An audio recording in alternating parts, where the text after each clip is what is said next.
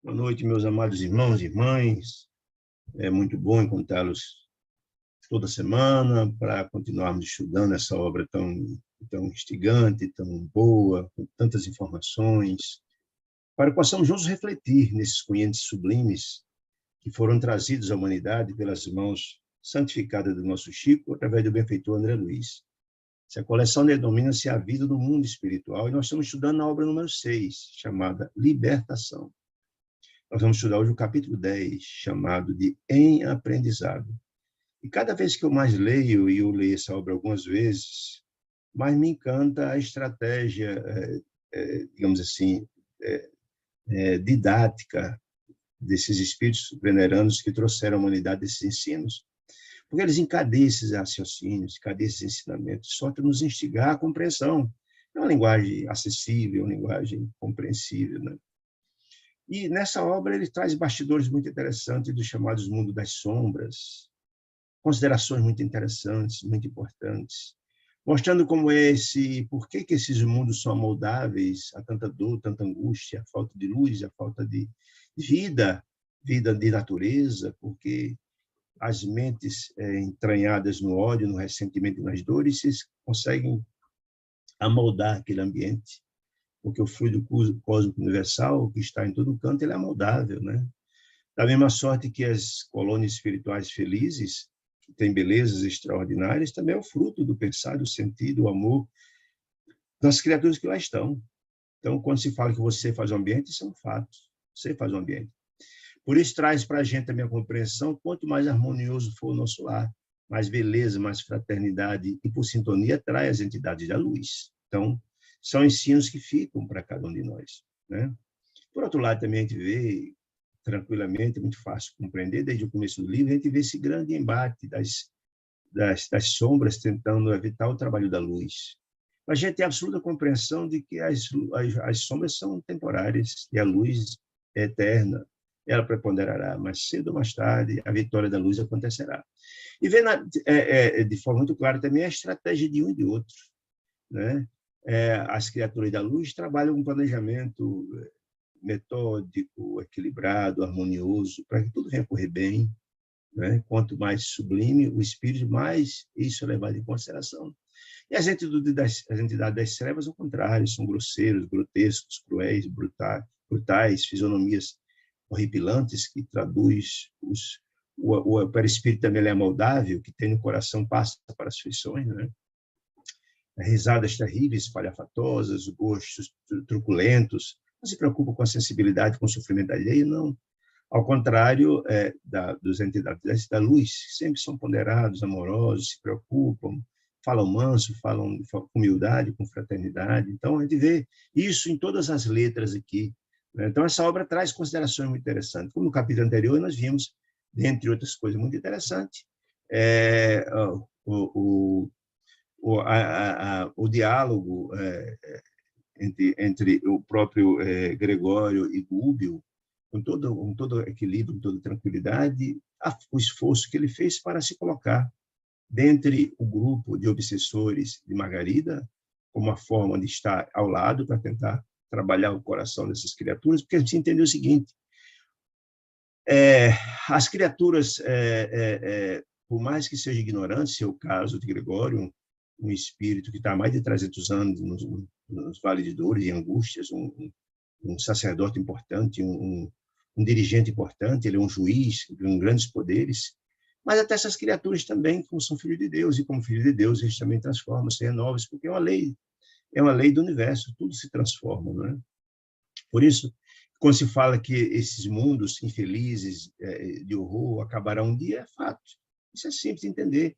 Na hora que a humanidade avançar no seu processo de evolução, no seu processo de autoiluminação, e chegar a umas criaturas aqui renovadas, cada vez teremos essas criaturas que dominam a cada um de nós, pela nossa ignorância, por sintonia, cada vez mais terão possibilidade de nos dominar. E ao tendo menos possibilidade de nos dominar, porque vamos evoluir, não teremos sintonia com eles, eles vão procurar onde tem essa sintonia para buscar, porque eles exploram essas criaturas, exploram cada um de nós, vampirizando, etc, etc. Não é? E também, se tem menos criaturas infelizes, grotescas e brutalizadas, são menos que vão para esses ambientes. Portanto, esses ambientes de dor, as regiões infernais, terão cada vez menos criaturas. Não é? E a transformação de todos eles acontecerá. Nós vemos mesmo que os dragões que comandam esses ambientes de sombras, eles mesmos não são demônios eternos, não, são criaturas como nós, diz a doutrina espírita, que vai evoluindo. Então, no futuro, ninguém sabe quando, depende do proceder de cada um de nós, fala-se da renovação da Terra, que a Terra se transformará no mundo de regeneração. Isso acontecerá um dia, porque a luz, volto a dizer, ela é eterna, as sombras são temporárias, né? É importante a gente entender isso. E também vê-se aqui todo um trabalho de Gubbio, e volto a dizer, não é só o Gubbio que está desenvolvendo essa tarefa, ele tem por trás Dona Matilde, a mãe de Gregório, um espírito altamente iluminado, que, por outro lado, por trás dela, tem os guias espirituais, dá todo um trabalho das regiões celestiais, dando suporte a esses trabalhos, desses equipes como a de Gubbio, né? Então, é isso que a gente precisa entender. Então, dentro dessa ideia, vamos começar o capítulo de hoje chamado de aprendizado. Diz assim, capítulo 10. É retorno à casa. Retorno de onde? Lembra que o marido de Margarida tinha levado ela para a missa?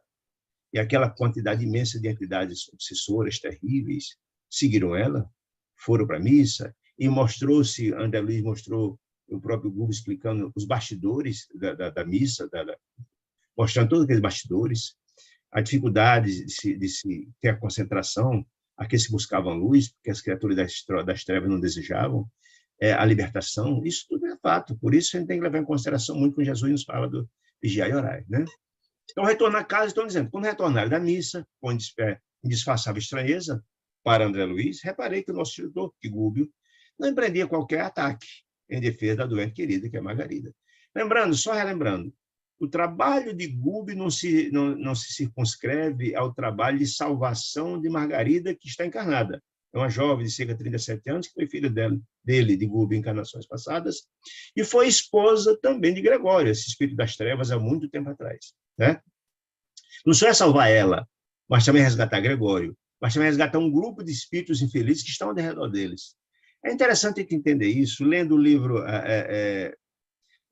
Amanhecer da Nova Era e Transição Planetária, o benfeitor Manuel Filomeno de Miranda fala que o grande trabalho hoje das equipes espirituais não é só resgatar as entidades infelizes, ignorantes, mas os grandes magos das trevas, os adversários do Cristo. Adversário por quê? Não, Jesus nada fez para que eles fossem inimigos, não, ao contrário.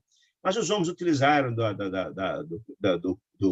utilizaram-se do cristianismo, utilizaram dos ensinamentos da Boa Nova de Jesus e cometeram atrocidades absurdas em nome de Jesus.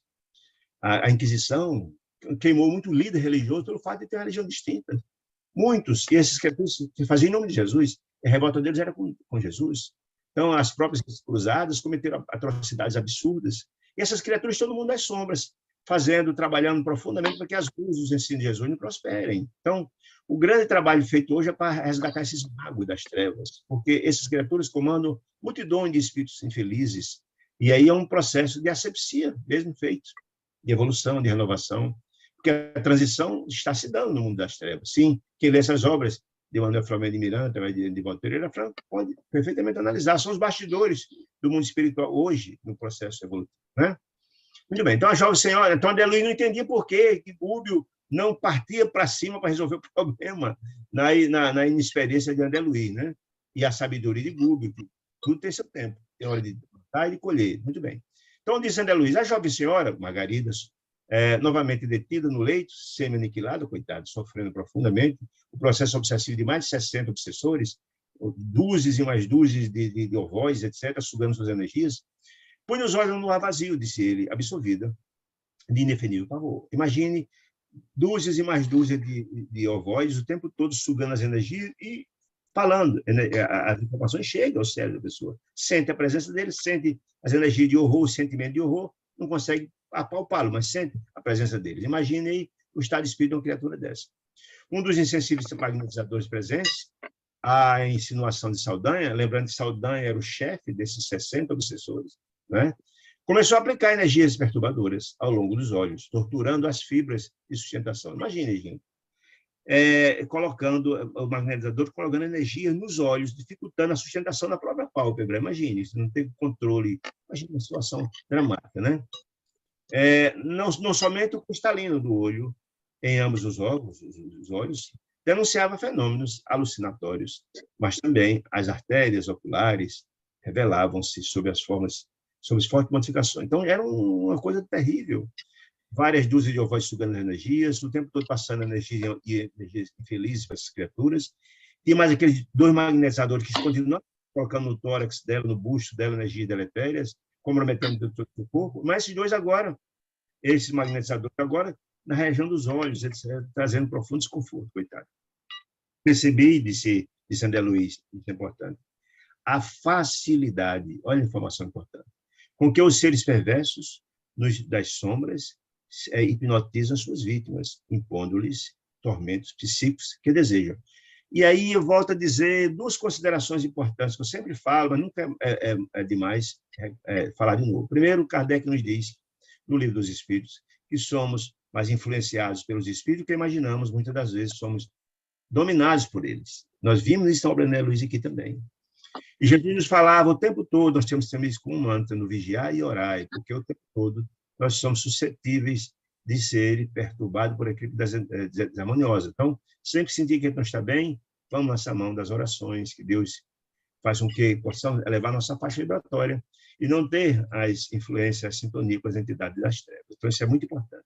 Então, ele está dizendo aqui como é fácil, deixe-se de guarida, para que essas criaturas tragam informações difíceis. Grossas lágrimas, diz André Luiz, vai lá, roxo, é a pobre Margarida, traduzindo-lhe. Por favor, feche. A Flávia disse que acho que faz, que a casa dela está lotada comigo agora. Por favor, só feche o microfone aí, Flavinha, que está interferindo aqui. Muito bem. Muito bem. Então, continua dizendo aqui. Então, grossas lágrimas banharam o rosto de Margarida, traduzindo-lhe as agitações inferiores em função de todas as circunstâncias, os ovoides, dessas criaturas aplicando energia deletéria nos olhos, trazendo um grande sofrimento. Dilacerada e a mente aflita, a sofredora, tiranizava o coração, que batia precípite, ou seja, desequilibrado, desarmonioso, acelerado, impondo graves alterações em todo o cosmo orgânico. Nós vimos também no capítulo passado que essa gama imensa de cerca de 60 obsessores de várias naturezas atacava todo o corpo dela, porque o grande objetivo de Gregório era que ela morresse de verdade, era a falência gradativa dos órgãos dela. Mas o grande objetivo dela, com esses sofrimentos intensos desses ovoides, sugando as energias e colocando energias e sentimentos infelizes, é que ela perdesse a lucidez. Que ele não queria que ela voltasse, que ela desencarnasse, voltasse revoltada para o mundo espiritual. Ele queria que ela sofresse tanto, que terminasse num hospício, doido, e pedisse para morrer. Voltaria, pudesse morrer, porque não aguentava mais o sofrimento. Ele queria exatamente recebê-la, digamos, ele acha, na mentalidade dele, que ela voltaria mais receptiva. Esse é o pensamento dele. Que fora convencido do contrário. Por Gúbio, por isso Gúbio disse que não, ao contrário, que ela deveria evoluir e dar o amor de que ele precisaria e tal. Foi esse o argumento, um dos argumentos que Gúbio levou, convencendo o próprio Gregório a permitir que ele se juntasse aos obsessores para tentar salvá-la. Muito bem. Das complicadas operações de André Luiz sobre os olhos de Margarida, o magnetizador passou a interessar-se pela via do equilíbrio das células auditivas, ou seja, aplicou nos olhos energias terríveis, perturbando todo o globo ocular, as pálpebras, etc. Agora nos ouvidos, carregando o aparelho auditivo de substância escura, disse ele, como se estivesse doando combustível ao motor, ou seja, inserindo nas vias auditivas substâncias escuras, horríveis, perturbando toda a parte do aparelho auditivo. Né? Margarida, ainda que desejasse, diz André Luiz, agora não conseguia erguer, ou seja, ela estava prostrada. As forças estavam sendo sugadas por dúzias e mais dúzias de ovoides, e mais essas energias deletérias colocadas no busto, no tórax, nos ouvidos, nos olhos. Né, coitado. Compacta emissão de fluidos tóxicos misturava-se à linfa. A linfa é uma espécie de um líquido que carrega os glóbulos brancos dos canais semicirculares. Então, estava atacando todo o organismo. Lembra que lá atrás, quando Gúbio pede para se juntar ao grupo, aí Gregório, olha, acho que é tarde demais, a situação dela está, praticamente, ela está prestes a desencarnar, acho que é muito tarde, não tem mais jeito. Então, a situação dela, efetivamente, era periclitante, situação muito difícil. E, efetivamente, com a narração de André Luiz, mostra que a situação dela era muito séria, muito grave. E André Luiz pela inexperiência deles, e, puxa, ele não entendia porque Gúbio não enfrentava logo os Uis, não enfrentava para valer os obsessores, mas se assim fosse, nós sabíamos colocar todo o trabalho a perder.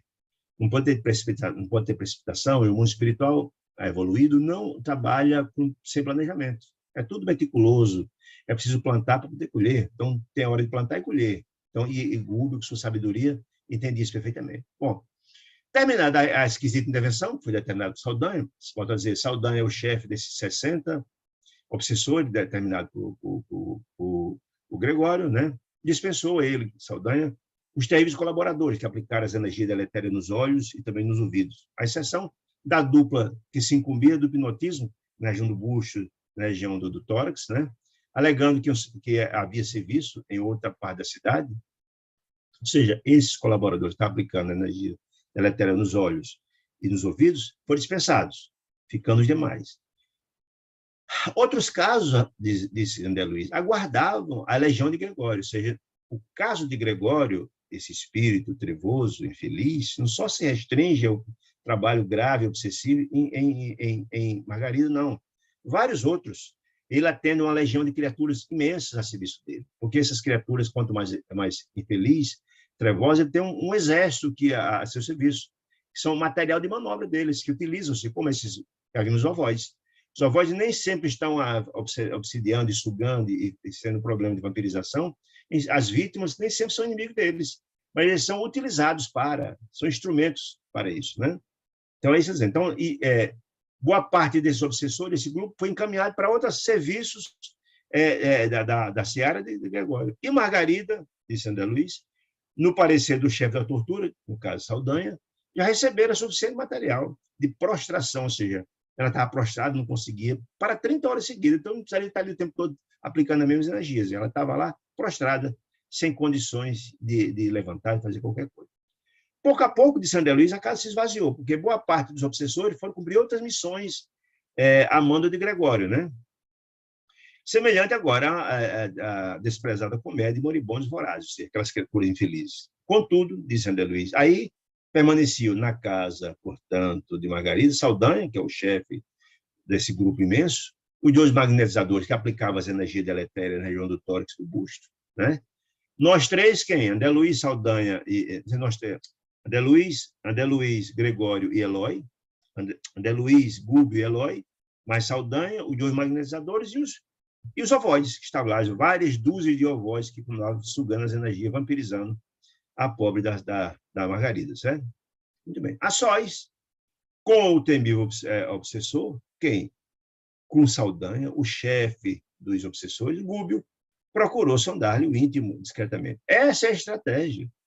Quem comanda aquele grupo certamente tem fragilidades, e a estratégia de Gúbio, que certamente tinha alguns conhecimentos prévios sobre essa situação, era tentar tocar a sua alma, para que, tocando a sua alma, ele, na qualidade de dirigente daquele grupo de obsessores terríveis, seria a forma de chegar à assistência a Margarida. Muito bem. Sem dúvida que a sua fidelidade, esse é Gúbio falando a Saldanha, sem dúvida que a sua fidelidade a compromisso assumido, no caso, declarou a Gúbio, no caso, é bastante significativo.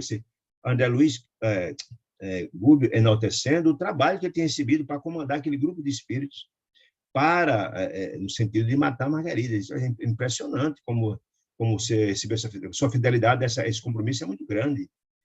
Aí, enquanto Saldanha sorria, envaidecido, porque se achou importante com a fala de Gúbio, quando no olhar penetrante e doce, é a estratégia de Gúbio, né, de tentar entrar o íntimo de Gregório. Aí perguntou, mas que razões teria um Gregório, ou seja, a criatura que mandou você fazer essa tarefa de comandar essa equipe tão terrível, para conferir a missão tão delicada? Perguntou Gúbio a Saldanha. Aí Saldanha disse, meu amigo, é ódio, meu amigo. Explicou ele. Aí então Gúbio perguntou, mas ódio que é essa senhora, Margarida? Perguntou ele. Não é propriamente ela, mas o seu pai, juiz, sem alma, que devastou o lar. E aí vem uma outra questão para a gente entender. Muitas das vezes os processos obsessivos têm várias facetas, tem vários olhares, várias razões. No caso ali do Saldanha, ele estava ali comandando aquela equipe de 60 entidades, não por raiva a Margarida, não tinha nada contra a Margarida, mas ao pai dela, que ele queria punir por via transversa a família. Então, ele tem essa finalidade, punir a família da qual Margarida era filha desse juiz, né? Mas também as razões de Gregório já eram outra. As razões de Gregório eram pessoais em cima de Margarida, que foram companheiros dele no passado, muito longínquo, né? Mas das 60 outras criaturas não eram mera massa de manobra, instrumentos de tortura desse grupo infeliz. Veja, são várias questões. Os avós têm a menor noção, estavam ali sendo utilizados, como aqueles outros, que nada contra nenhum, nem contra Margarida, muito menos contra a família dele, né? Aí ele começou a narrar por que esse ódio imenso que tinha ao juiz, o pai de Margarida. Faz 11 anos, disse ele, sim, ele disse que esse juiz, o pai dele, devastou o lar dele, Saldanha. Aí começou a narrar a história. Faz 11 anos, precisamente, que a sentença cruel de um magistrado, no caso o pai de Margarida, caiu sobre os meus descendentes, ou seja, a família dele, exterminando-os. Imagine, não é uma coisa fácil. Imagine aí a responsabilidade que tem uma sentença de um magistrado, ou um trabalho de um promotor, ou algo do gênero, essas pessoas que têm uma sentença de um juiz, se ela for justa, ela pode soerguer alguém que está em desgraça. Se ela for injusta, ela pode colocar alguém no despenhadeiro. A responsabilidade é muito grande, né? Há que ter uma responsabilidade muito grande quando você lida com a vida dos outros. Se você cometeu injustiça, isso pode causar gravíssimas consequências, como vamos ver aqui o caso da família de Saldanha. Muito bem. E diante de expressão de real interesse de Gúbio, ele continua a narrar a história dele. A família dele foi exterminada, segundo ele disse. Então, logo abandonei o corpo, tanto logo ele desencarnou, e Saldanha está falando, premido por uma tuberculose galopante, revoltado com a pobreza que me lançara em extrema penúria, morreu pobre, miserável, né? E de tuberculose, não pude afastar-se do ambiente doméstico. E também uma outra história. Normalmente, as criaturas que são apegadas, que não têm o conhecimento da imortalidade, que não têm a compreensão que nós somos espíritos eternos, a única coisa que ele tem de compreensão e não tem como acender algo de mais feliz, que ele vê a felicidade é a casa paterna. Então, é comum os relatos de muitas pessoas que desencarnam, apegados que são não só a matéria, o que tem, não é o caso dele, porque ele não tinha quase nada, era miserável, economicamente falando, mas a família. É a única coisa que ele tinha. Então, ele não conseguiu ascender, ir para ascender mundos mais felizes, porque não tinha mérito, não tinha, digamos assim, ascende e acesso aos mundos mais felizes. Então, voltou-se para a família. Nós já vimos isso no ano passado, no capítulo passado de outras obras, que às vezes acontece um processo de obsessão, não porque a pessoa tem raiva, mas fica ali sugando as energias, dormindo com a mesma pessoa, almoçando com aquela mesma pessoa, sugando as energias daquela mesma pessoa. E foi o caso dele. Ele ficou ali obsidiando, porque não conseguia sair do raio da família, né?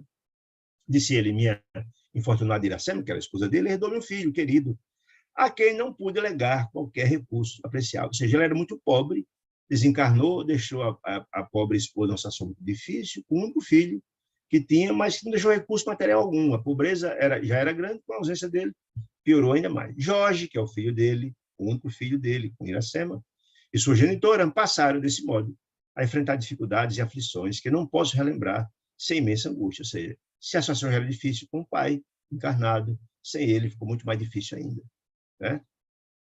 Operário de rua de serviço braçal, quem? Jorge, o único filho de Saldanha e Iracema, certo? Meu filho, não conseguia sustentar dignamente a casa, porque o ganho era mínimo. Lembra que nessas épocas, livro da década de 40, naquela época não tinha CLT, não tinha carteira assinada, não tinha nada. Naquela época, até aquela época, a situação era muito difícil, era uma indigência muito grande, sem proteção nenhuma, né? Então, não tinha condições de sustentar dignamente a casa, definhando-se-lhe a mãezinha por subalimentação, em padecimentos continuados e sofridos em silêncio, ou seja, miséria imensa, tanto de Jorge como de Iracema. Ainda assim, Jorge, o filho, casou muito cedo com uma colega de trabalho dele. Ele era um trabalhador braçal, como falei, que a seu turno lhe deu uma filhinha atormentada e sofredora, porque também era paupérrima, miserável, uma situação muito difícil. A única filha de Jorge e a esposa, a filha, portanto, a neta de Saldanha. A vida corria desesperadamente pela pobreza e a miserabilidade para o lar desabilitado, subalimentado, pouco recurso e desprotegido, quando certo crime constituído de roubo e assassino, esse crime chama-se roubar e assassinar a vítima, chama-se latrocínio, é matar para roubar, né? Que é muito grave, a penalidade é muito dura, muito mais do que o roubo em si, muito mais do que o homicídio em si. Junta duas coisas, a penalidade muito grande, o latrocínio. Sobreveio na organização em que meu desventurado rapaz trabalhava. Ou seja, no local de trabalho de Jorge aconteceu, alguém roubou alguém e matou, né? E toda a culpa desse latrocínio, em face das circunstâncias inexplicáveis, recaiu sobre Jorge, sobre o filho de Saldanha, que ele está narrando. Acompanhei a prisão imerecida porque está dizendo que quem cometeu o homicídio e também o roubo e o homicídio não foi Jorge. Foi colocado dele uma responsabilidade que ele não tinha, né? A polícia não conseguiu encontrar o verdadeiro e, às vezes, infelizmente, acontece isso. O mais frágil dessa história, às vezes, recai que não tem condições de pagar os advogados para se buscar se defender, coisa do gênero, né? Muito bem. Prisão merecida e sem qualquer recurso para ampará-lo. Ele. Entenda, naturalmente, Saldanha estava desencarnado. Ele devia estar no mundo espiritual buscando a sua... Mas ele estava lá na casa, então estava vivenciando tudo isso. Seguiu os interrogatórios, disse ele, infernais. Aqui foi submetido Jorge, o filho, né? Como se fora homicida vulgar, tratando como fosse, né? Apesar de ter sido inocente. Ora, em que eu me anexara aos parentes, desde o instante horrível, para mim, da transição do corpo, ou seja, ele desencarnou e não conseguiu sair da casa, ficou ali pertinho da família toda.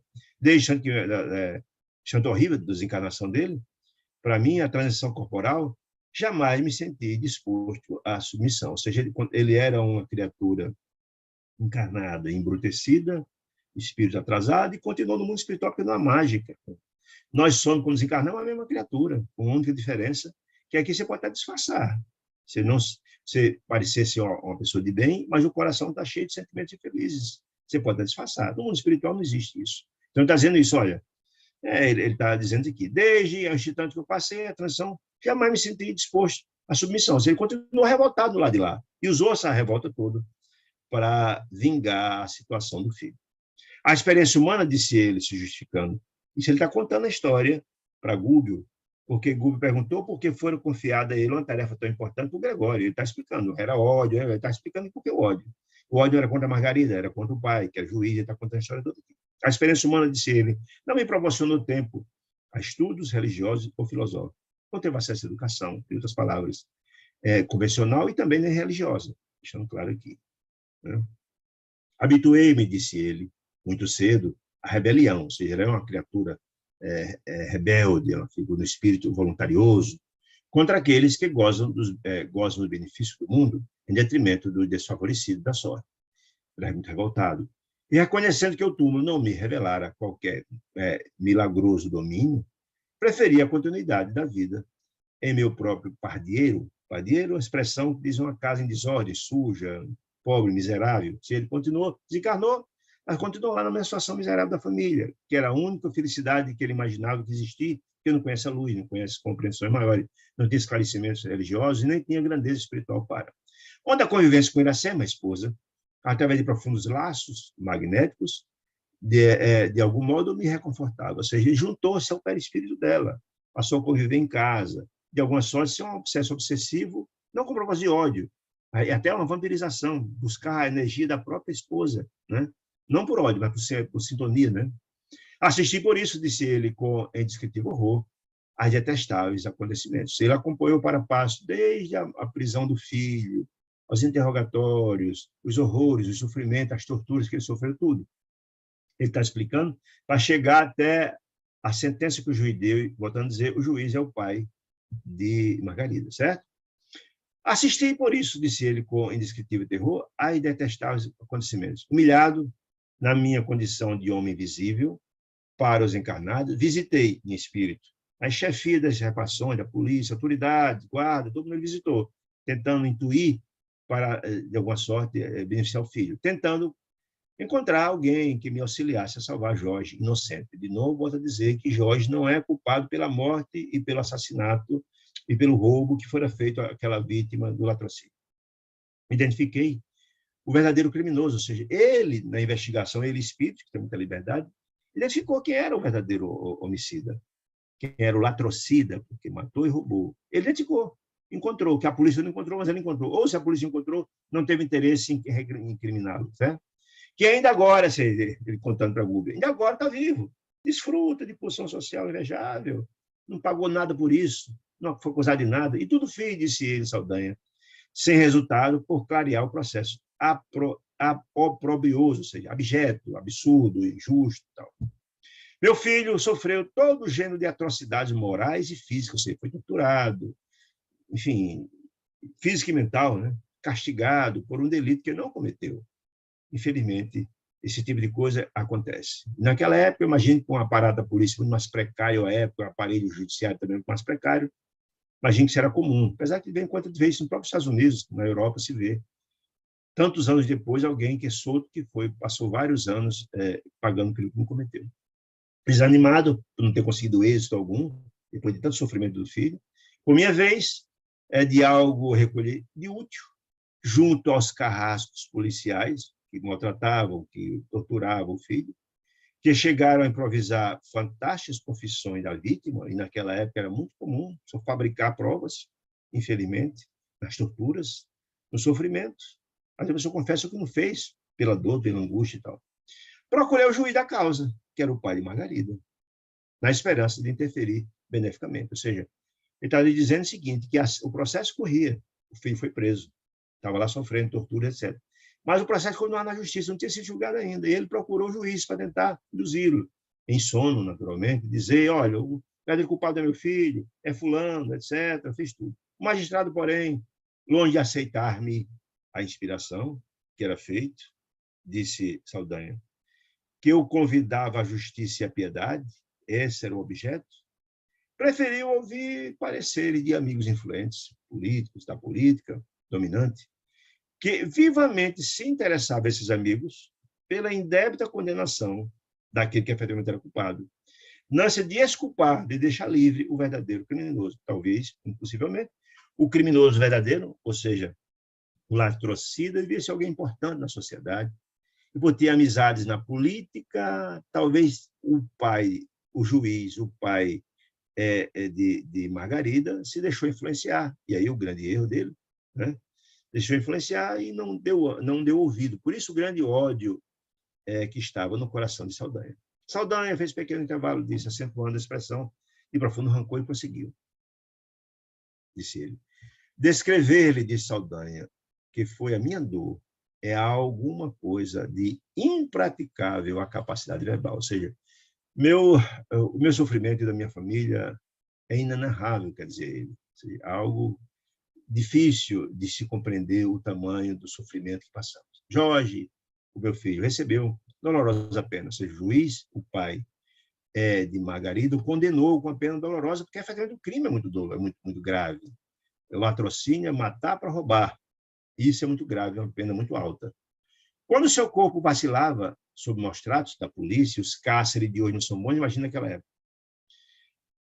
Mostrasse Irene, minha nora, que era a esposa de Jorge, conturbada pela necessidade, pela miséria, a fome, porque quem ajudava, quem sustentava a casa, e naquela época era muito assim, quem trabalhava era o dono da casa. Se antes Jorge não tinha nem dinheiro para sustentar a mãe, ele casa, tem uma filhinha, e agora ele preso, quem ia sustentar a família? Então, Irene, a esposa, conturbada pela necessidade, pela fome, pelo infortúnio, esquecendo as obrigações de mãe, suicidou-se. Olha que drama. Suicidou-se, deixando a filhinha sem pai, sem mãe, só com a avó desprotegida, porque a avó também não tinha quem sustentasse ela, né? Suicidou-se. Para imantar-se, Irene, no processo também obsessivo, não poder desejar mal, mas se juntar mesmo as dores e as angústias passam nos processos obsessivos, né? Para imantar-se ao espírito de meu pobre filho, de Jorge. Já de si, tão infeliz, ela levou as angústias, imantando seu espírito com o dele no cárcere, juntando suas angústias, o que ele já tinha, as angústias, só piorando a história. E certamente Jorge soube do desencarne dela, e soube que a filhinha tinha ficado sem pai, sem mãe, enfim, a miséria da mãe. Então, isso tudo deve ter somatizado imensamente na cabeça do pobre Jorge, né? Torturada pelos sucessos aflitivos, minha esposa, Iracema, desencarnou num cárcere de indigência, reunindo-se, por sua vez, ao angustioso casal. Imagina o drama. Ficou só a pobre da menina, sem pai, sem mãe, sem avô, que a Saldanha tem morrido. Agora ela desencarna também, certo? Numa situação de fome, de miséria, de desgraça. Certo? E pior, Jorge já tinha a esposa Irene imantado a ele, agora veio a mãe, Iracema, se imantar também ao filho.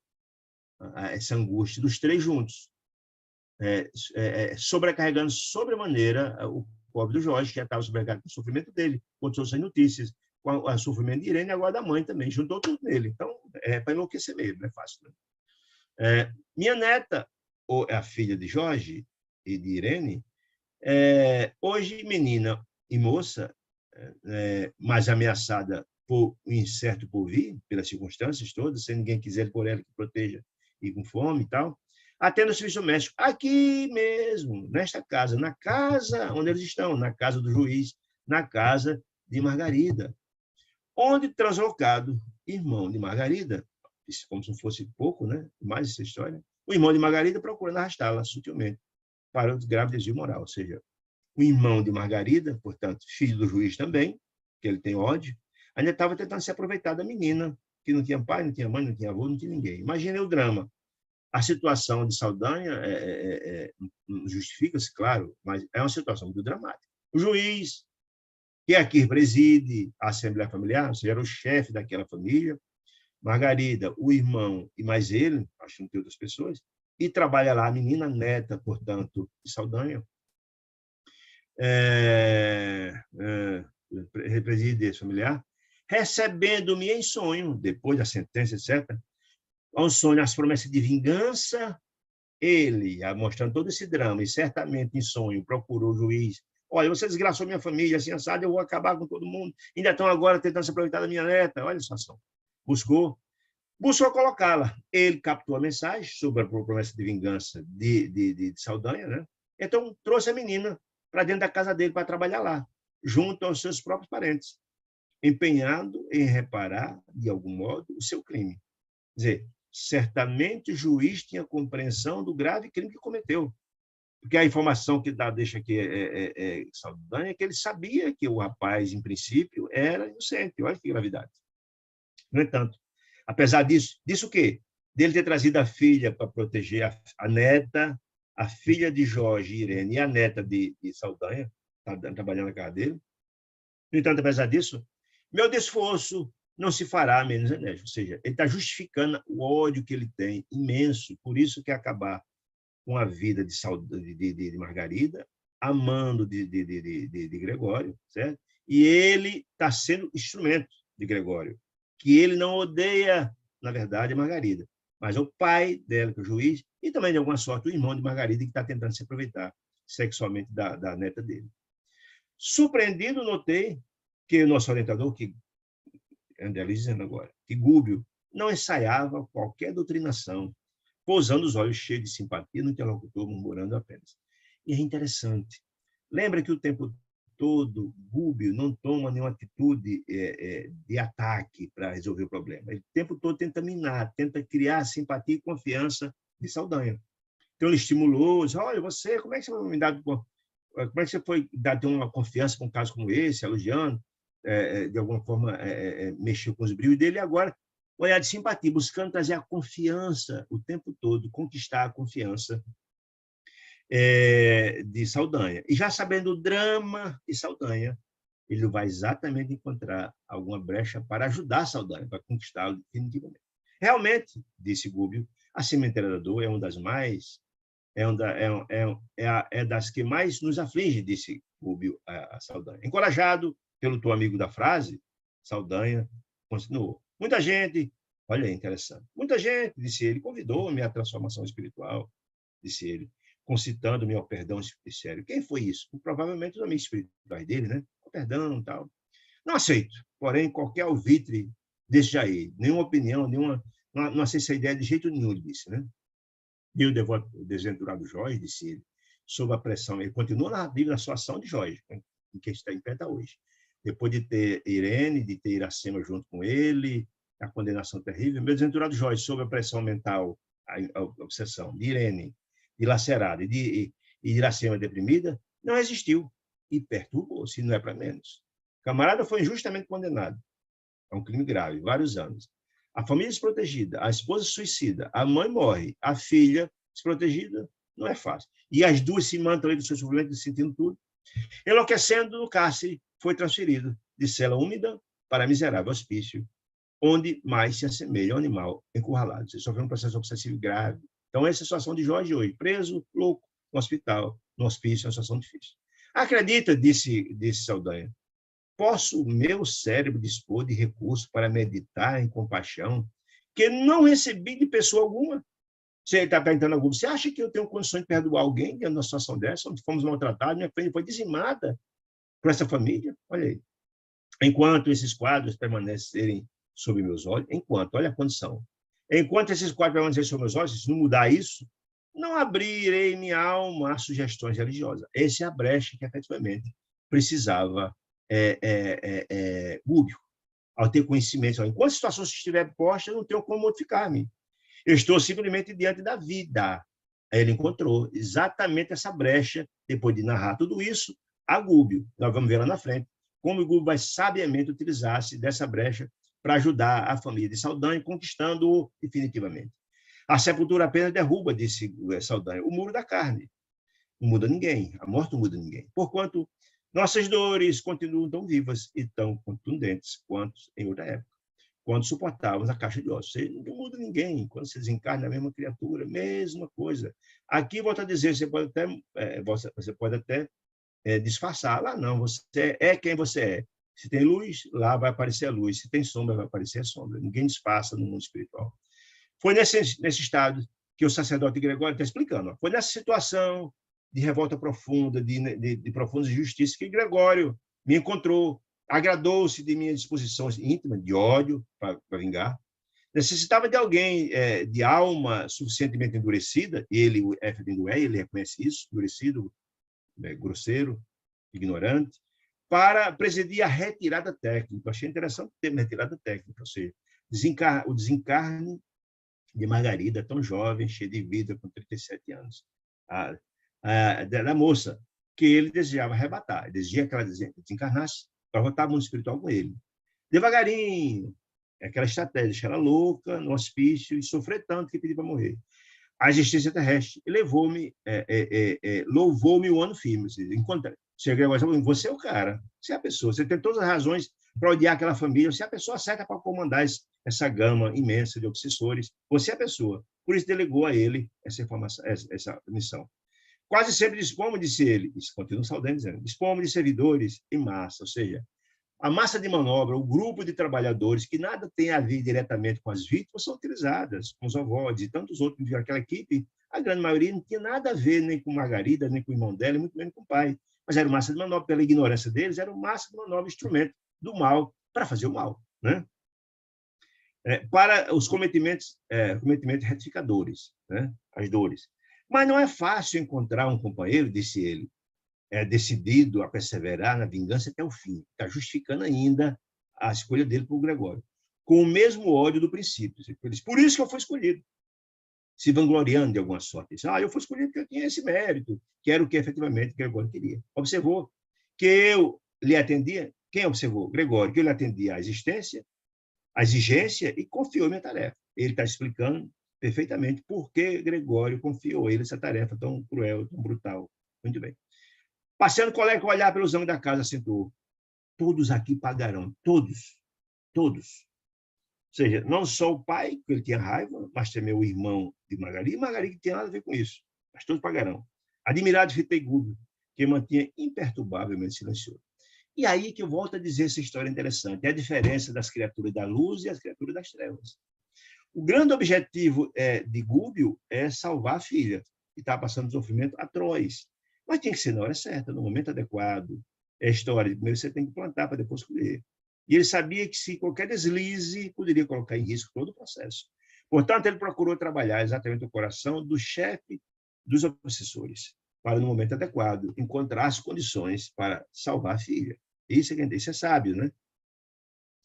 Fora eu, e talvez fora eu, André Luiz dizendo, se fosse eu no lugar de mostra a experiência dele, se fosse eu no lugar de Gúbio, e talvez me desbordasse em comentários extensos e tirânicos, com referência à lei do amor, que nos governa os destinos, reclamaria com ênfase a atenção do perseguidor para o gerenciamento de Jesus, e, se possível, dobrar-lhe a língua indisciplinada e insolente. Se fosse eu, ainda bem que era ele que estava comandando, né? Mas Gúbio, contudo, assim não procedeu. Ou seja, foi sábio. Tinha compreensão do que estava em jogo ali. Volto a dizer, não só era salvar Margarida, e mesmo se ele não tivesse a certa, nem Margarida salvaria.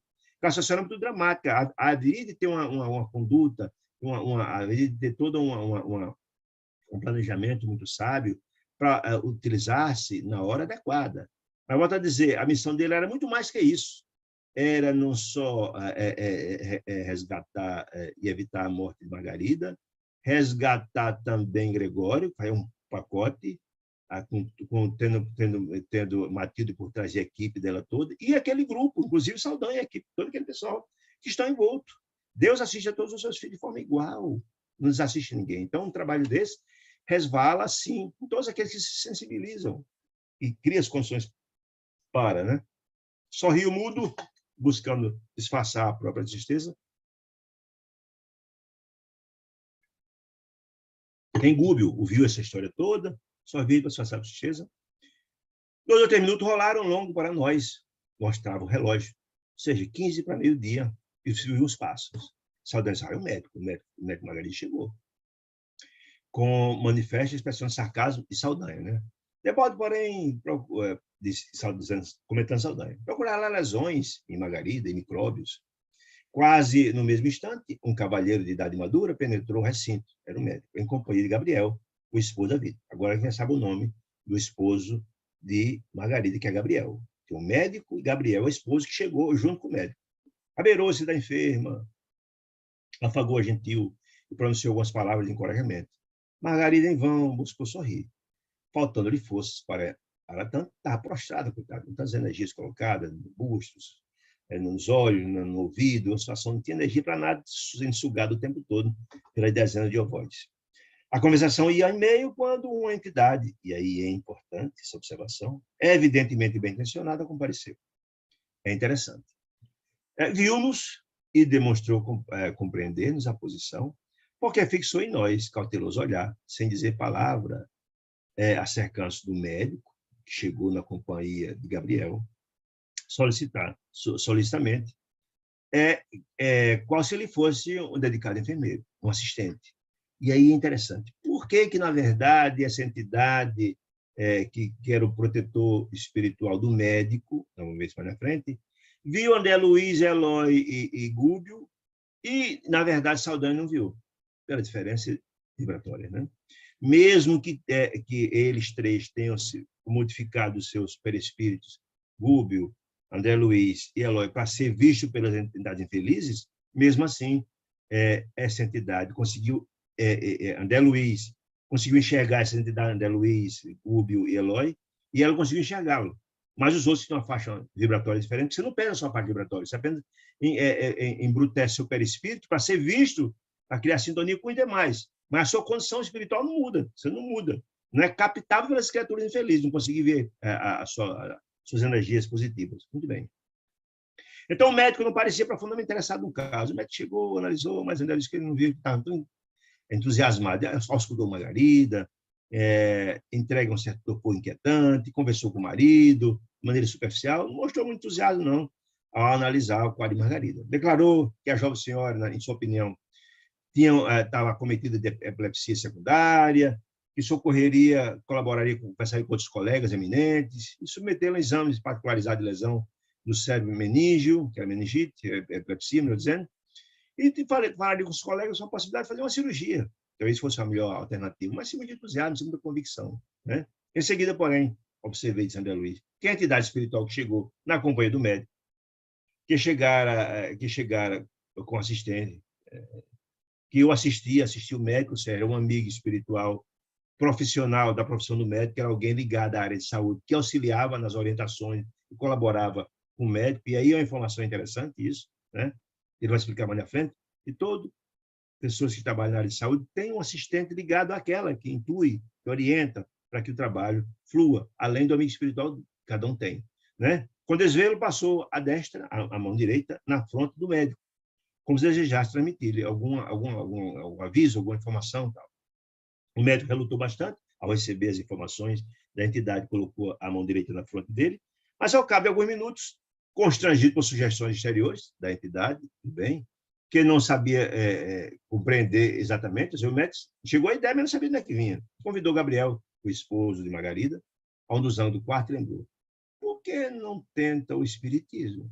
Olha que interessante. Por que você não tenta levar a sua esposa a uma instituição espírita? Pode ser algum problema de ordem espiritual, disse ele. Conheço atualmente alguns casos, disse o médico, intrincados que vão sendo resolvidos na casa espírita, com êxito pela psicoterapia, né? Disse ele. E para não dar ideia de uma capitulação científica, que eu não resolvo mais, a instituição espírita pode resolver, anti-idealismo religioso acrescenta: segundo sabemos hoje, disse ele, o médico, a saciedade, a sugestão é uma força misteriosa, quase desconhecida. Existe, sim, há informações de que existem informações da espiritualidade que podem ajudar. É desconhecido por nós, mas tem-se compreensão que tem ajudado bastante. Segundo ele, então, o marido, Gabriel, o viu, o conselho, com simpatia, e perguntou: o senhor pode nos orientar onde eu ir? Que médium procuro? Que instituição religiosa? O psiquiatra recuou, de algum modo. Temperou. Bem, não dispõe de maior trato com os expoentes nesse assunto, todavia, segundo acredito, não haverá dificuldade para experimentar. Ou seja, procure que você vai encontrar, sim, instituições espíritas e médiuns que possam ajudar, disse ele. Logo após, deixou ali algumas indicações escritas, consultas, remédio, injeção, e dispôs a sair, sob o riso escarninho de Saldanha, o chefe dos obsessores, que dominava amplamente a situação. Gúbio conversou alguma coisa com Saldanha, com Saldanha, e em seguida dirigiu-se a mim, André Luiz. André, combinamos quem? Eu e Saldanha, o chefe, temos o consentimento, que para observações deve seguir o médico. Ou seja, ele, como foi tocado no assunto espiritismo, sabiamente, Gúbio queria que André Luiz acompanhasse o médico para poder, via o amigo espiritual dele, trazer algumas intuições a respeito do tratamento da própria Margarida, e essa informação certamente Saldanha não alcançava, né? Ele disse: olha, para você acompanhar, como se fosse alguma coisa que podia trazer alguma coisa de ruim, e Saldanha concordou com ele. Só dentro de algumas horas, você saia, observe e volte para o seu posto, volte para cá. Muito bem. Compreendi, disse André Luiz, que Gúbio desejava me proporcionar novos ensinamentos, e acompanhei o especialista, psiquiatra, em moléstias nervosas, cauteloso e contente, feliz com a possibilidade de novos conhecimentos. Distanciado agora do lugar da casa de Margarida, né? Disse ele: esqueci, cerquei-me da personalidade que assistiu o médico, ou seja, do amigo espiritual do médico, de perto, e entabulamos um diálogo, uma conversa. O novo amigo disse que chamava-se Maurício, o amigo espiritual do médico chamava-se Maurício, né?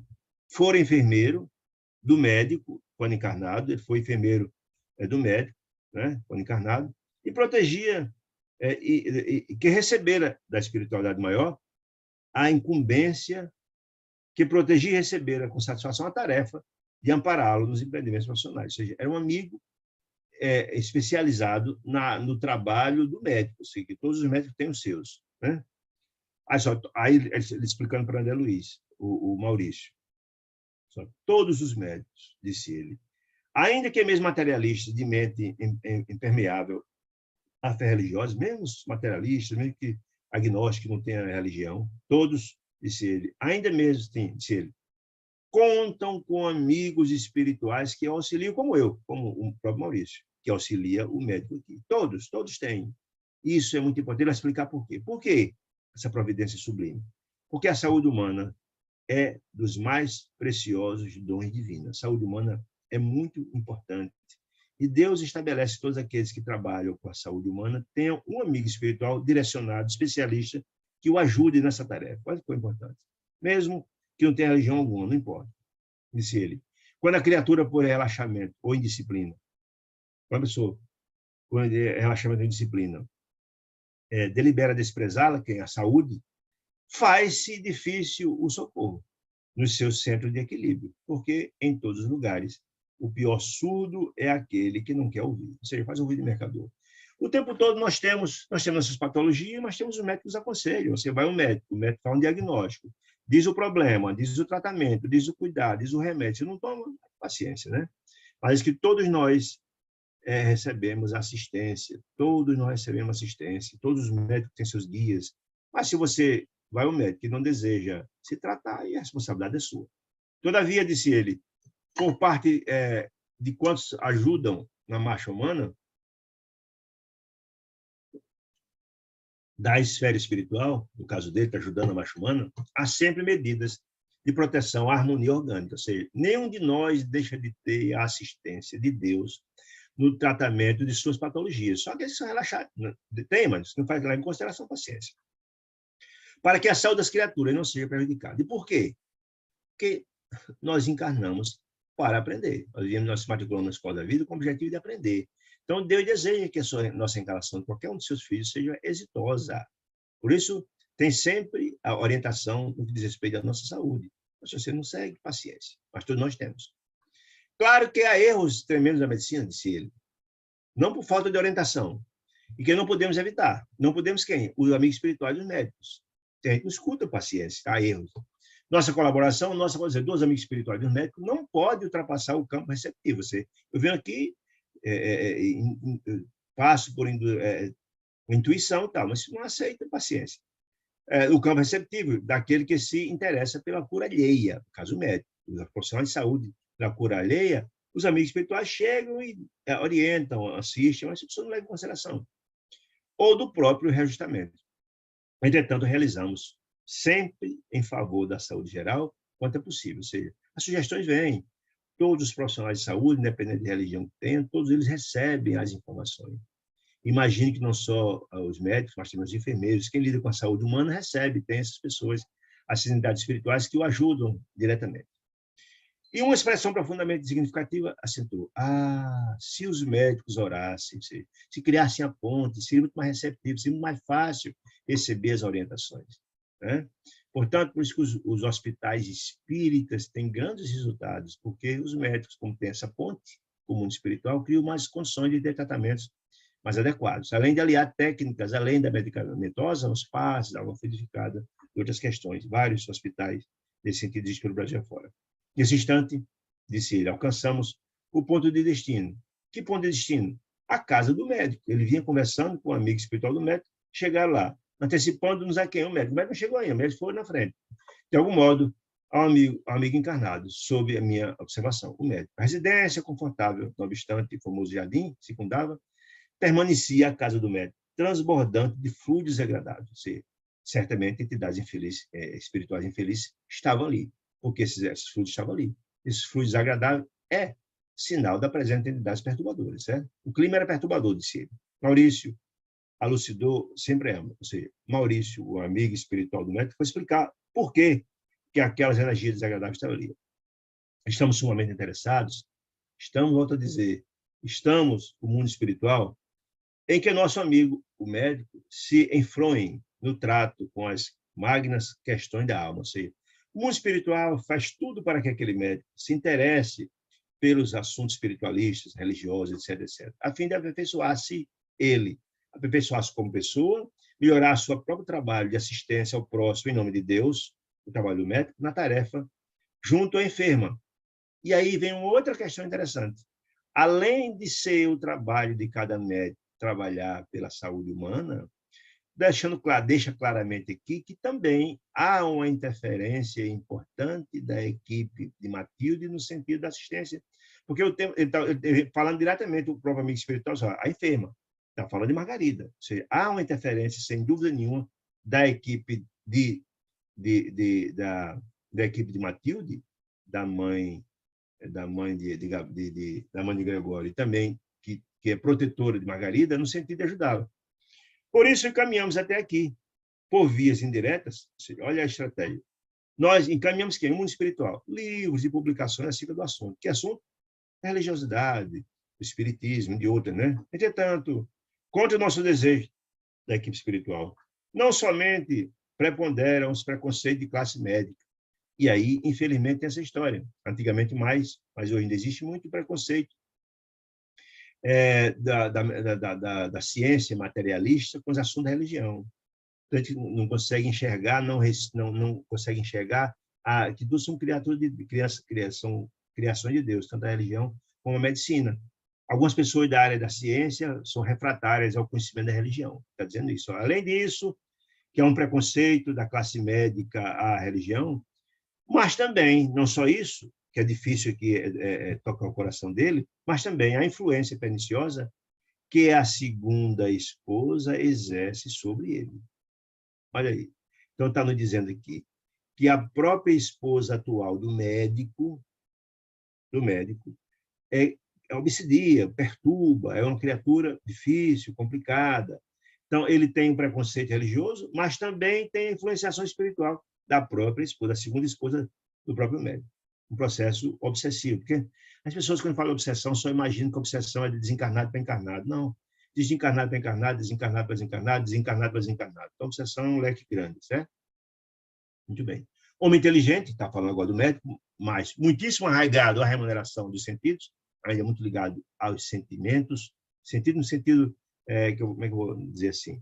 Aos sentidos, muito ligado ainda ao instinto, sexualidade, algo do gênero. O nosso amigo não suportou a viuvez e desposou. Ou seja, ele tinha casado, desencarnou a primeira esposa, ele casou de novo. Essa segunda, que não é uma criatura muito legal, que influencia, infelizmente, ele, né?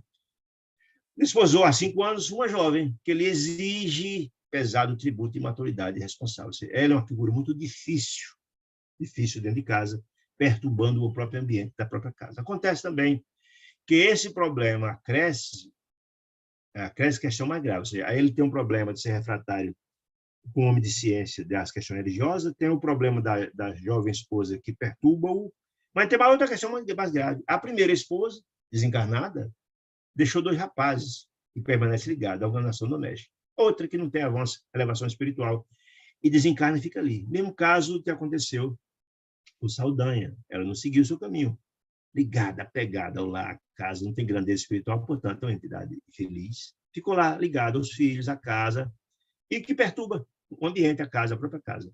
Que considera a sua propriedade exclusiva, ou seja, o apego à materialidade. As pessoas que são ligadas à materialidade desencarnam, não conseguem. Essa é a minha casa, esse é meu carro. E todos que chegam perto daquelas questões, eles ficam com ciúme, perturba, obsidia, um problema grave. E ela continuava lá perturbando a casa, que era só dela, é aquela outra mulher intrusa, que ele casou de novo. Imagina. Há vários casos de obsessões com essa tipo de narrativa, certo? Por mais que o nosso trabalho, da equipe espiritual, o benfeitor está dizendo, se acentue, ainda não conseguimos retirá-la. Conseguimos que a espiritualidade não conseguiu retirar essa criatura que há 5 anos encarnou, mas continua lá, junto à casa, perturbando, e a equipe espiritual não conseguiu ainda retirá-la, convencê-la a seguir o seu caminho na busca da renovação espiritual.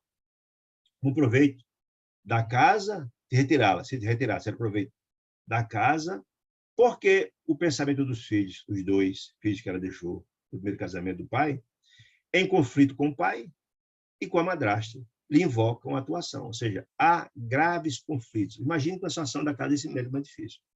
Primeiro, ele não é permeável às orientações do mundo espiritual para a religião, o preconceito de ordem científica, certo?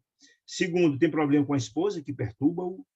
Terceiro, a primeira esposa também é um processo obsessivo em casa. E os filhos, influenciados pela primeira mãe, cria problema com o pai, cria problema com a segunda mulher, com a madrasta, enfim, a casa é uma confusão. Por isso está cheio de fluidos deletérios, certo?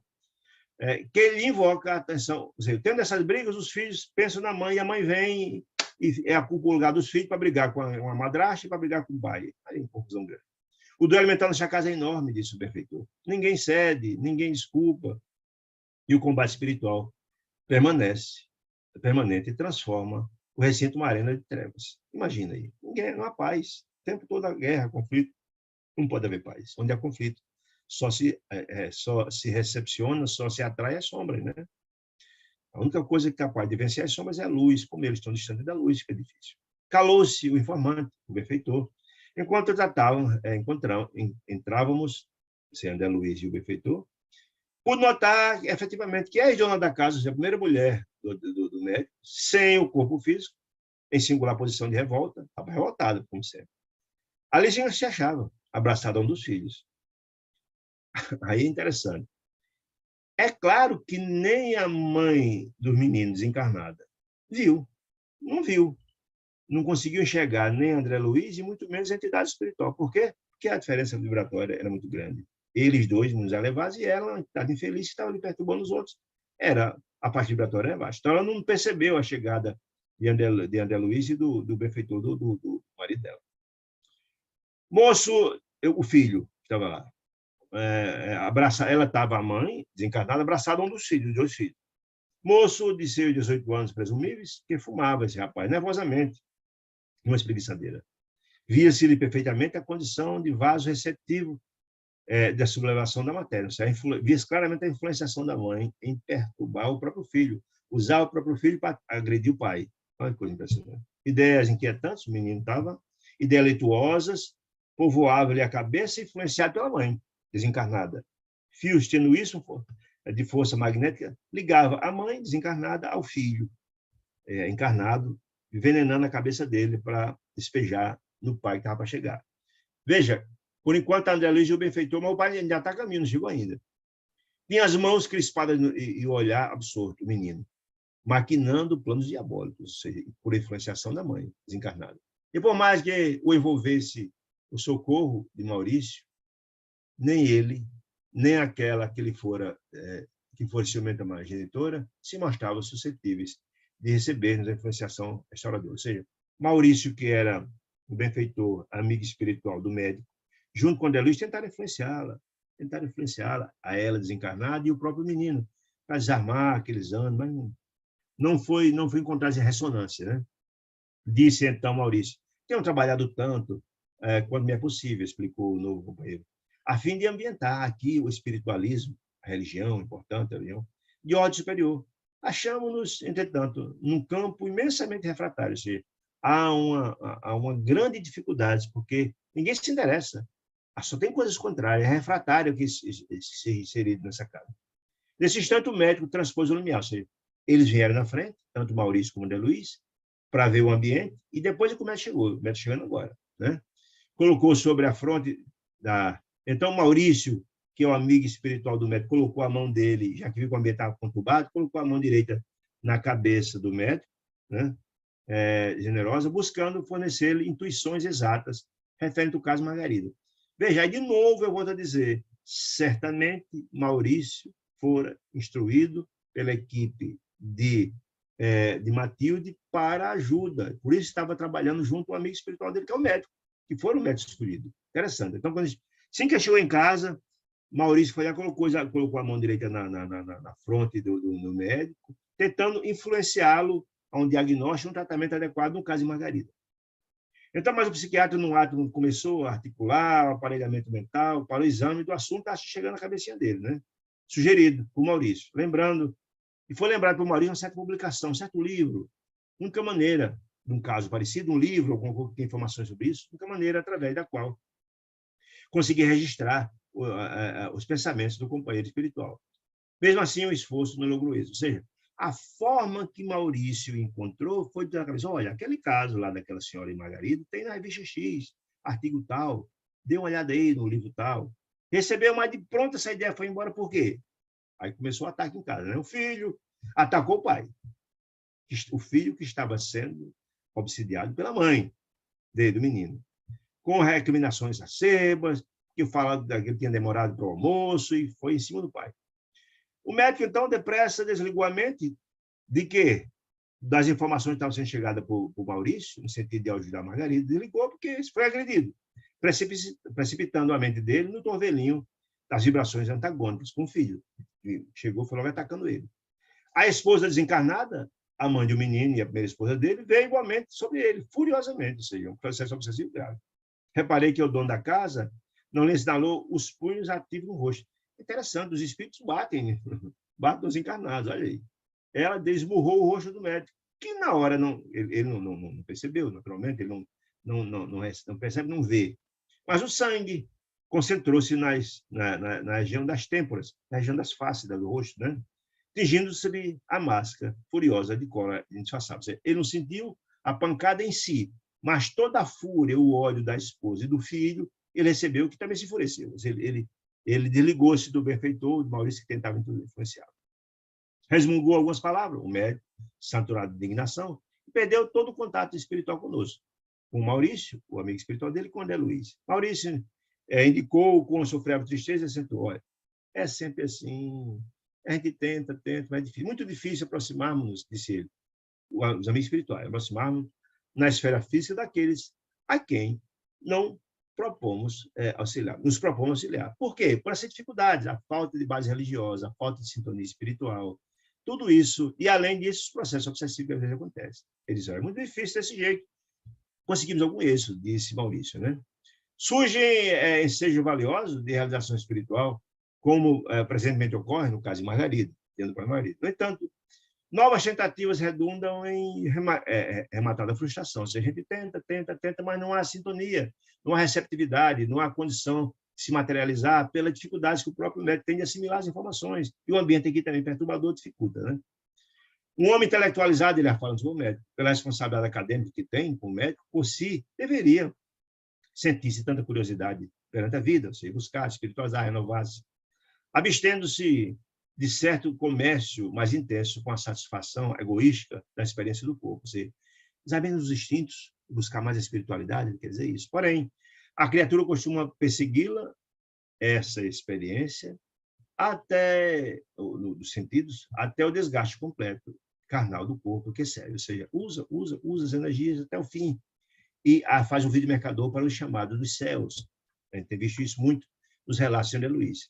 Por mais que a convoquemos, por mais que a espiritualidade convoque a preciosa viagem da periferia para o centro, ou seja, buscando introjetar o coração, de renovar-se, deixar a parte de fora e buscar trabalhar o coração, a fim de que ela se amolde nos imperativos da vida que o espera depois da carne, e quando se desencarna, você tem que enfrentar uma vida, muitas pessoas não têm essa compreensão, que além do sepulcro você é hora da prestação de contas, né?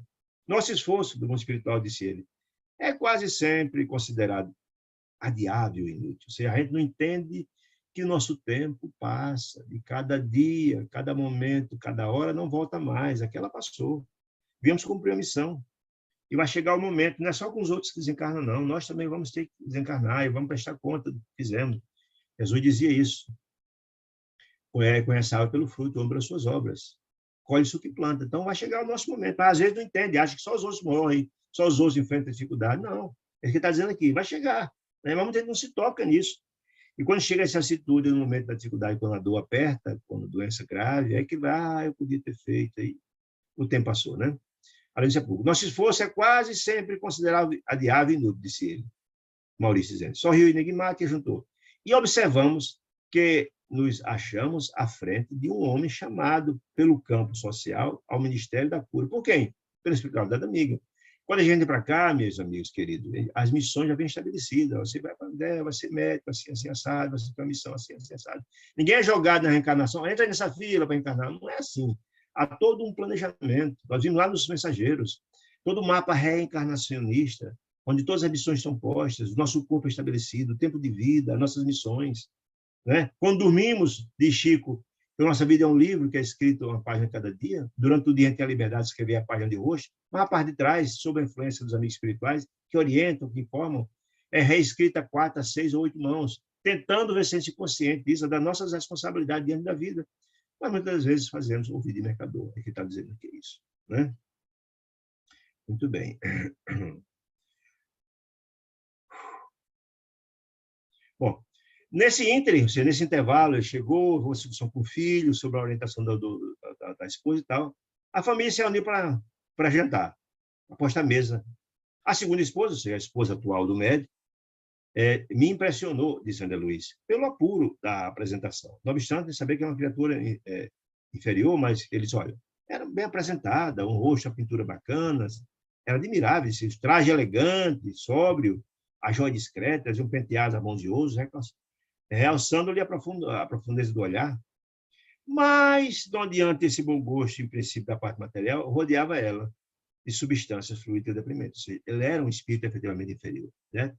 Porque exalava dela essa condição espiritual dela. Olha, o halo plúmbio, que halo é esse, gente? É nossa aura.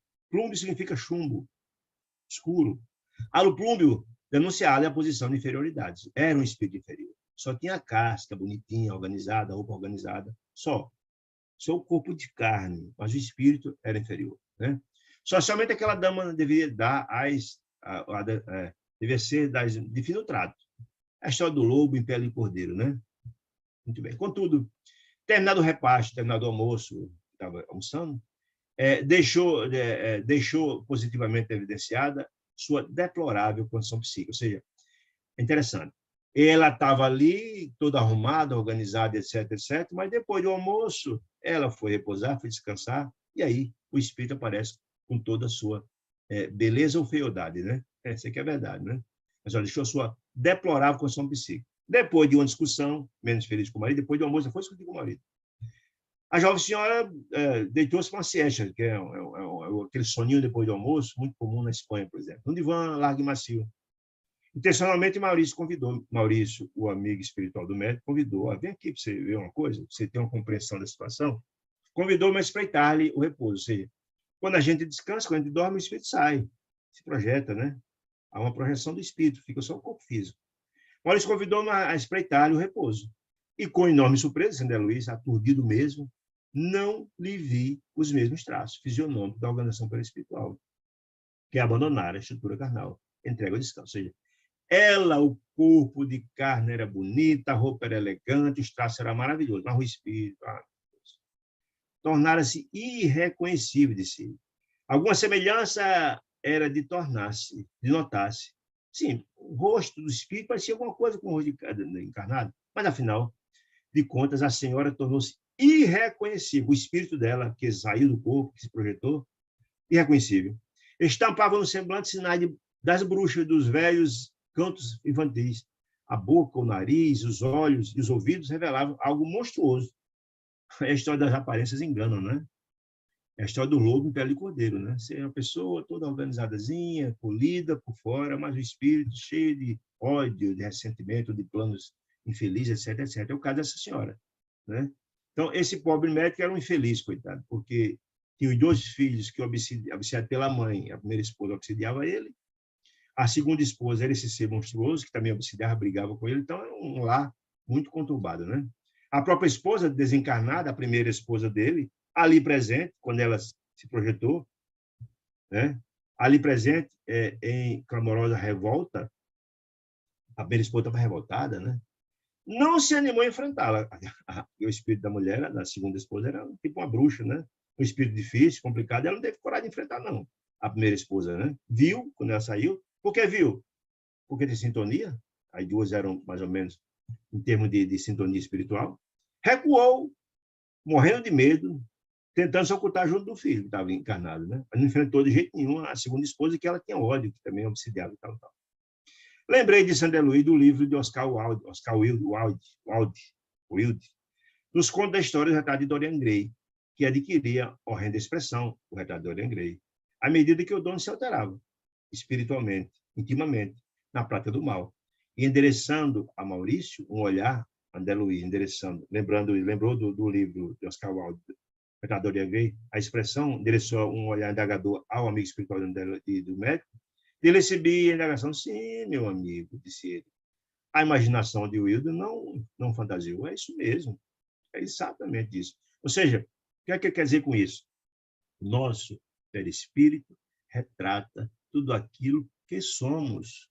Se somos criaturas que vivemos, praticamos, projetamos, planejamos o bem, esse bem ele vai estar retratado no nosso espírito, né? Que é o perispírito, o corpo que o espírito transita é o perispírito, quando ele desdobra, né? Ou quando está no mundo espiritual. E se ele, na verdade, é alguém que só pensa, só pratica, só pensa, só sente, só planeja e projeta o mal, também o perispírito assimila tudo isso. Nós tiramos do nosso coração, do tesouro do nosso coração, o bem ou o mal, dizia Jesus. Muito bem. Aí vai explicar isso aqui. O homem ou a mulher, com seus pensamentos, atitudes, palavras e atos, criam no íntimo a verdadeira forma espiritual que se acolhe. Ou seja, nós, por isso que eu estou dizendo, na verdade, o nosso perispírito é amaldável. A gente encarnado pode até esconder, era o caso dessa senhora. Mas quando o espírito é projetado, era horrendo, porque era uma criatura horrenda, má, infeliz, tal.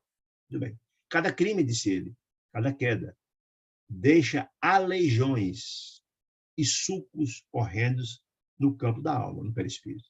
Tanto quanto cada ação generosa e cada pensamento superior acrescentam beleza à forma perispirítica, dentro da qual a atividade real se manifesta, mormente, depois do corpo de denso. Exatamente. O corpo espiritual, que é onde o espírito se projeta, quando desencarna só fica esse, o corpo de carne vai ser enterrado, aquela vestimenta do espírito pode ser bela, mas o espírito apresenta horrível, se ele efetivamente foi uma criatura horrível.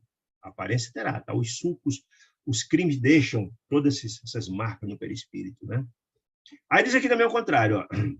Por isso que eu falo do Ricardo Dorian Gray, que narrava no livro de Oscar Wilde, falava isso, que a criatura ia piorando e a fisionomia dele ia piorando também. O retrato dele havia uma mutação. Aí seguia. Há criaturas belas e admiráveis na carne e que, no fundo, são verdadeiros monstros mentais. Era o caso daquela senhora. Do mesmo modo que há corpos torturados e detestados, gente aleijada e tudo quanto é tipo, cheio de chagas, etc., né? No mundo, escondendo espíritos angélicos de celestial formosura. Alguém, como o caso de Lázaro, que um corpo era cheio de chagas, etc., desencarnou um espírito puro. Espírito puro não, um espírito altamente elevado, que é um espírito belo, está lá no Evangelho, etc., né? E designando a infeliz, que se encontrava de casa, e designando a infeliz, que se ausentara de casa, ou seja, a segunda esposa, estava dormindo, semi-liberta, desdobrada, no veículo material, acrescentou. Esta irmã, desventurada, a segunda esposa, permanece sob o império de espíritos gozadores e animalizados. Você sofre um processo de obsessão grave.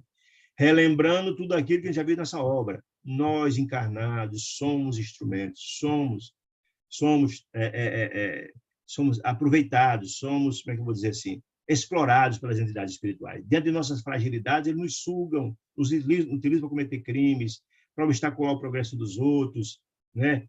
Nós somos vampirizados e por aí vai. Então, se você tem sintonia com essas criaturas, por isso volto a dizer, sempre falo isso para nunca esquecer, vigiar e orar de Jesus é muito importante. Então, a única forma de se libertar dessa sintonia é levando sua sintonia. Você foge à sintonia das entidades infelizes, né? Muito bem. Então, ela sofre impérios de espíritos gozadores e animalizados, que por muito tempo a reterão em lastimados equilíbrios. Por que muito tempo ela será mantida por essas entidades infelizes? Por quê? Porque acreditamos que ela, sem fé renovadora, se ela não tem a fé verdadeira, não busca se renovar, se transformar, não busca sua reforma íntima, como é que você vai se livrar? Se ela não faz por onde elevar sua faixa vibracional, fica atrelado, porque tem sintonia com aquelas entidades infelizes que abusam delas, né? Então, sem fé renovadora, sem ideais santificantes, pensamentos e conduta. Sem conduta digna, não se precatará, ou seja, não se advertirá, não se tocará tão cedo dos perigos que correm e somente se lembrará de chorar, aprender e transformar-se para o bem quando se afastar em definitivo do vaso da carne, na condição de autêntica bruxa. Ou seja, ninguém se modifica. Se ela era bruxa agora, desencarna bruxa, não tem jeito. Se você é um ser celeste, agora você desencarna, será celeste, jamais ficará em região de sombras, você terá a senha dos mundos mais felizes. Então, isso é muito interessante. Então, olha, aí a André Luiz, puxa, o assunto era realmente fascinante, estudar essas implicações, esse processo das obsessões, etc., né? É fascinante, e a lição era imensa. Entretanto, o meu tempo disponível foi esgotado. Que tempo? Aquele que fora combinado entre Saldanha e Gúbio, para ele ir vigiar, entre aspas, era a visão de Saldanha. Mas de André Luiz era o contrário, era estimular o médico a fazer um tratamento adequado com Margarida, né? O tempo está esgotado, o minuto exigia. Pronto, regressa. Regressa para onde? Para a casa de Margarida. Vejamos, amigos queridos, quantas informações interessantes. Eu, cada dia, me fascino mais com a obra de André Luiz, pela capacidade que ele tem, numa linguajar acessível, da gente introjetar esses conhecimentos, se tocar, assimilar esses conhecimentos. E o grande objetivo de Deus é esse. Cada um de nós não só assimile, mas vivencie, o que é mais importante. Se tiver alguma pergunta, será um prazer responder, se souber. Se não, eu queria agradecer demais a companhia generosa de cada um de vocês, convidando-os para quarta-feira novamente nos encontrarmos. Fique com Deus, uma semana de muita paz e luz. Abraço.